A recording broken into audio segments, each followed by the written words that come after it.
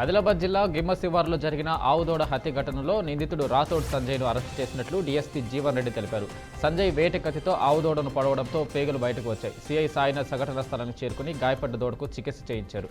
చికిత్స అనంతరం దూడ మరణించింది. నిందితుడు ఆవుదోడను చంపి అటవీ జంతువుల మాంసం అమ్మడానికి ప్రయత్నించాడని పోలీసులు తెలిపారు.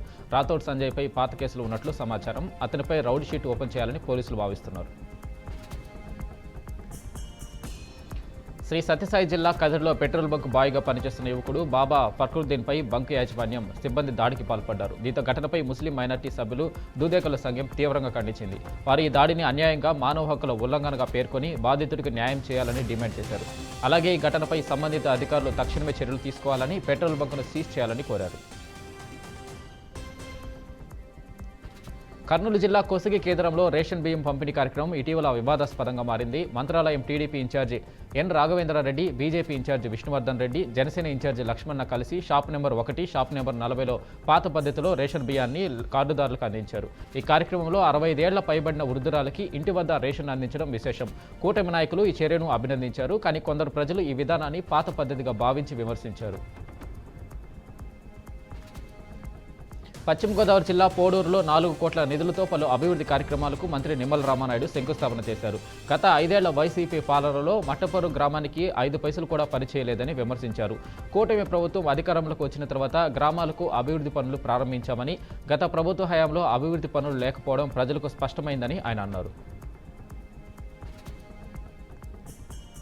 పశ్చిమ గోదావరి జిల్లా బగ్గేశ్వరం గ్రామంలో ఇటీవల జరిగిన రేషన్ దుకాణ ప్రారంభోత్సవానికి మంత్రి శ్రీనివాస్ వర్మతో పాటు రాష్ట్ర మంత్రి నిమ్మల రామానాయుడు హాజరయ్యారు. ఈ క్రమంలో కార్డుదారులకు, మహిళలకు బియ్యం, చీరలు పంపిణీ చేశారు.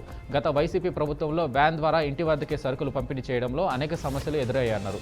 దీంతో రాష్ట్రంలో 29,796 చౌకధరల దుకాణాల ద్వారా ప్రజలకు నిత్యావసర సరుకులు అందజేస్తున్నారు. 65 ఏళ్ల పైబడిన వృద్ధులు, దివ్యాంగులకు ఇంటి వద్దనే సరుకులు పంపిణీ చేస్తామని మంత్రులు తెలిపారు. తిరుమల శ్రీవారి ఆలయంపై నుండి మరో విమానం వెళ్లింది. అతి తక్కువ ఎత్తులో నుండి ఆలయ గోపురం పైనుండే విమానం వెళ్లింది. నిజానికి ఆలయం పై నుండి ఎలాంటి రాకపోకలు జరగకూడదని ఆగమశాస్త్ర నిబంధనలు ఉన్నాయి. దీంతో ఇప్పటికే తిరుమలను నో ఫ్లై జోన్గా ప్రకటించాలని టీటీడీ కేంద్రానికి విజ్ఞప్తి చేసింది. అయినప్పటికీ పట్టించుకోకుండా ఆలయం పై నుండి విమానాలు వెళ్తుండడంతో భక్తుల్లో ఆందోళన నెలకొంది. కర్నూలు జిల్లా ఆదోనిలో వైసీపీ మాజీ ఎమ్మెల్యే సాయి ప్రసాద్ రెడ్డి వెనుపోటు దినపోస్టర్ ఆవిష్కరించారు. ప్రజలకు హామీలు ఇచ్చి మోసం చేసిన చంద్రబాబు పాలనలో జరిగిన అరాచకాలు, అన్యాయాలపై వైసీపీ నిరసన తెలపనుందని చెప్పారు. ఈ కార్యక్రమంలో పార్టీ కార్యకర్తలు, కౌన్సిలర్లు, ప్రజాప్రతినిధులు పాల్గొన్నారు.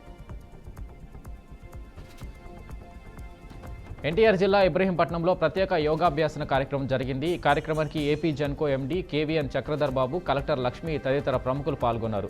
రాష్ట్ర నలుమూలలకు యోగా విశిష్టతను చేరువేసేందుకు యోగాంధ్ర మాసోత్సవాలను నిర్వహిస్తున్నట్టు తెలిపారు. ఇంత మంచి కార్యక్రమంలో ఏపీ జెన్కో భాగస్వామ్యం కావడం ఆనందం కలిగిస్తుందన్నారు. రైల్వే ట్రాక్ పట్టాలు దాటొద్దని, ప్లాట్ఫామ్లపై నిర్లక్ష్యంగా ఉండొద్దని రైల్వే అధికారులు సూచిస్తున్నప్పటికీ కొందరు అవేమీ పట్టించుకోకుండా ప్రమాదాల బారిన పడుతున్నారు. తాజాగా తిరుపతిలో ఇలాంటి ఘటనే చోటు చేసుకుంది. మామండూరు దగ్గర హై వోల్టేజ్ రైల్వే విద్యుత్ వైర్లు తగిలి విద్యార్థి మృతి చెందారు. రైలు దిగి ప్లాట్ఫామ్కు వెళ్లే సమయంలో ఘటన చోటు చేసుకుంది. ప్లాట్ఫామ్ పై నుంచి కాకుండా రైలుపైకి ఎక్కడంతో విద్యార్థి ప్రమాదానికి గురయ్యాడు. మృతి చెందిన విద్యార్థి డైరీ టెక్నాలజీ చదువుతున్న జాకేష్గా పోలీసులు గుర్తించారు. ఏపీ మద్య కుంభకోణం కేసులో సిట్ బృందం త్వరలో తాడేపల్లి ప్యాలెస్కు వెళ్లడం ఖాయమని టీడీపీ నేత కొమ్మారెడ్డి పట్టాభిరామ్ అన్నారు. ఇవాళ ఆయన కడపలో పర్యటించారు. వైసీపీ తీరుపై తీవ్రస్థాయిలో మండిపడ్డారు. కడపలో మహానాడు విజయవంతం కావడాన్ని చూసి ఓర్వలేక విమర్శలు చేస్తున్నారన్నారు. వైసీపీని ప్రజలు సమాధి కట్టారని వ్యాఖ్యానించారు. కూటమి ప్రభుత్వం అధికారం చేపట్టిన వైసీపీ నాయకులకు అడ్డు అదుపు లేకుండా పోతుంది. యథేచ్ఛగా తమ అక్రమ వ్యాపారాలను కొనసాగిస్తున్నారు. చర్యలు తీసుకోవాల్సిన అధికారులు సైతం వైసీపీ నాయకుల అక్రమాల వైపు కన్నెత్తి చూడకపోవడం విమర్శలకు తావిస్తుంది. నందికొట్కూరు మండలం శాతనకోట సమీపంలో తుంగభద్ర నదిలో వైసీపీ నాయకులు బరి తగ్గించి నల్లమట్టి మాఫియాకు తెరదీశారు. తుంగభద్ర నదిలోని నల్లమట్టిని కొల్లగొట్టి అక్రమంగా వేలాది రూపాయలు సంపాదిస్తున్నారు. దేశంలో కరోనా వైరస్ మళ్లీ విస్తరిస్తుంది. జూన్ 1 నాటికి దేశంలో 3,395 యాక్టివ్ కోవిడ్ కేసులు నమోదయ్యాయి. మే 22న కేవలం 257 యాక్టివ్ కేసులు ఉండగా మే 26 నాటికి అవి 1010కి పెరిగాయి. అంటే ఒక వారం వ్యవధిలో కేసుల సంఖ్యలో 1200% పైగా పెరుగుదల కనిపించింది. దీంతో జాగ్రత్తలు తప్పనిసరిగా తీసుకోవాలని వైద్యాధికారులు సూచిస్తున్నారు. ఎక్కువగా కరోనా కేసులు పెరుగుతున్న రాష్ట్రాల్లో మొదటి స్థానంలో కేరళ ఉంది. ఆ తర్వాత మహారాష్ట్ర, ఢిల్లీ రాష్ట్రాలు అత్యంత ప్రభావితమవుతున్నాయి.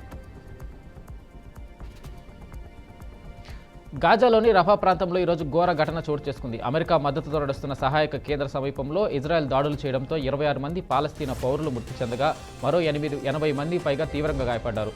ఆకలితో అలమటిస్తున్న ప్రజలు సహాయం కోసం పెద్ద సంఖ్యలో వచ్చిన సమయంలో ఇజ్రాయెల్ సైన్యం ఆకస్మికంగా కాల్పులకు పాల్పడిందని ప్రత్యక్ష సాక్షులు తెలుపుతున్నారు.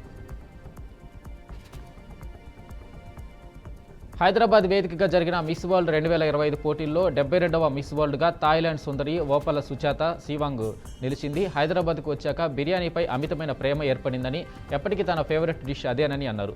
తెలంగాణ సాంప్రదాయాలు, సంస్కృతి తనకు ఎంతగానో నచ్చాయని కామెంట్ చేశారు. మిస్ వరల్డ్ పోటీలు నిర్వహించిన తెలంగాణ ప్రభుత్వానికి Miss World Opal Suchata Chuangsri ప్రత్యేక ధన్యవాదాలు తెలిపారు.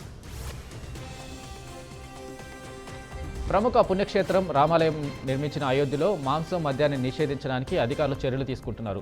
పవిత్రమైన అయోధ్యలో మద్యం మాంసం అమ్ముతున్నారంటూ భక్తుల నుండి పెద్ద ఎత్తున ఫిర్యాదులు అందుతున్నాయి.